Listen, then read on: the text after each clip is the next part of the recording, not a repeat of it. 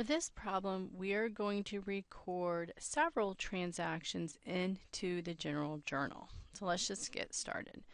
May 2nd says that Sean Michael invested $10,000 into the company. Okay, so May 2nd, my date's already here for me, and we have to figure out what accounts we're going to debit, and our debits are always listed first, and then what accounts we're going to credit. Okay, so on May 2nd, he invested $10,000 into the business. That means I'm going to debit my cash account in the amount of $10,000. All right, then I'm going to credit capital because anytime the owner invests money into the business, it increases the overall capital of the company.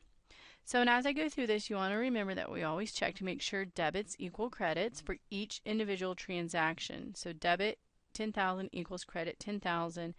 I increased cash, and I also increased my capital account because capital increases with a credit.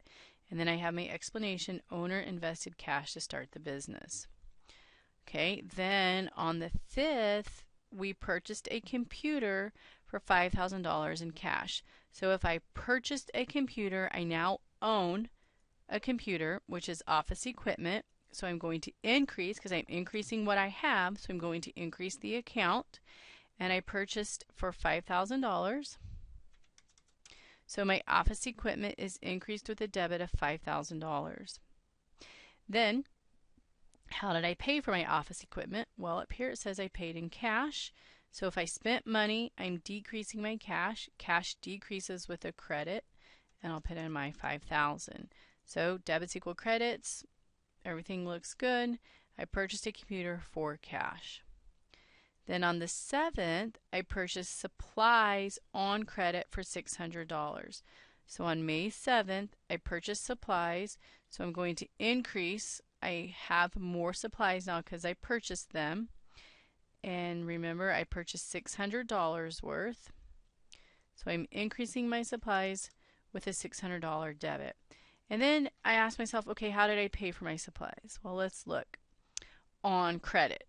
Okay, so remember, on credit is either going to be accounts receivable or accounts payable. You just have to look at what side of the transaction you're on. Am I going to receive $600 in the future, or am I going to pay $600 in the future? Well, I'm going to pay $600 in the future because I'm buying supplies.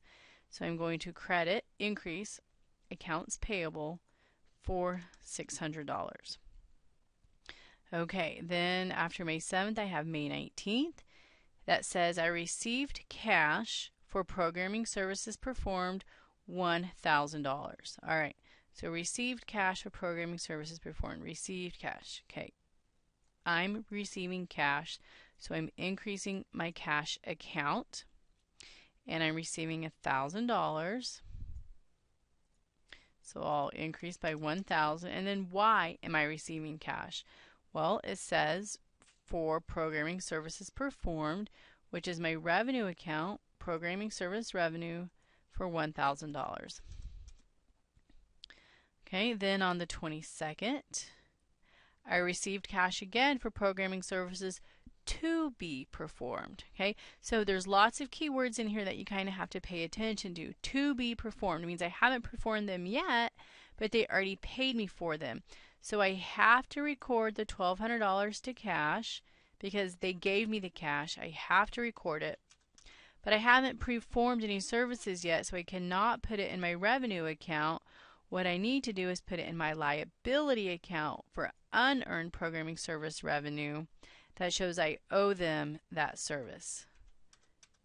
Okay, so remember, that's our unearned is our liability account. So on 25th, I paid the rent for May, $1,300. Okay, paid rent, so that means I'll credit cash. So I need to do my debit first. And I paid, what did I pay? I paid rent. So rent expense. And I paid cash. And it was $1,300 for my rent. So just make sure you're always listing your debits first. Paid rent for May. Okay, then the 31st, billed a customer for program and services performed.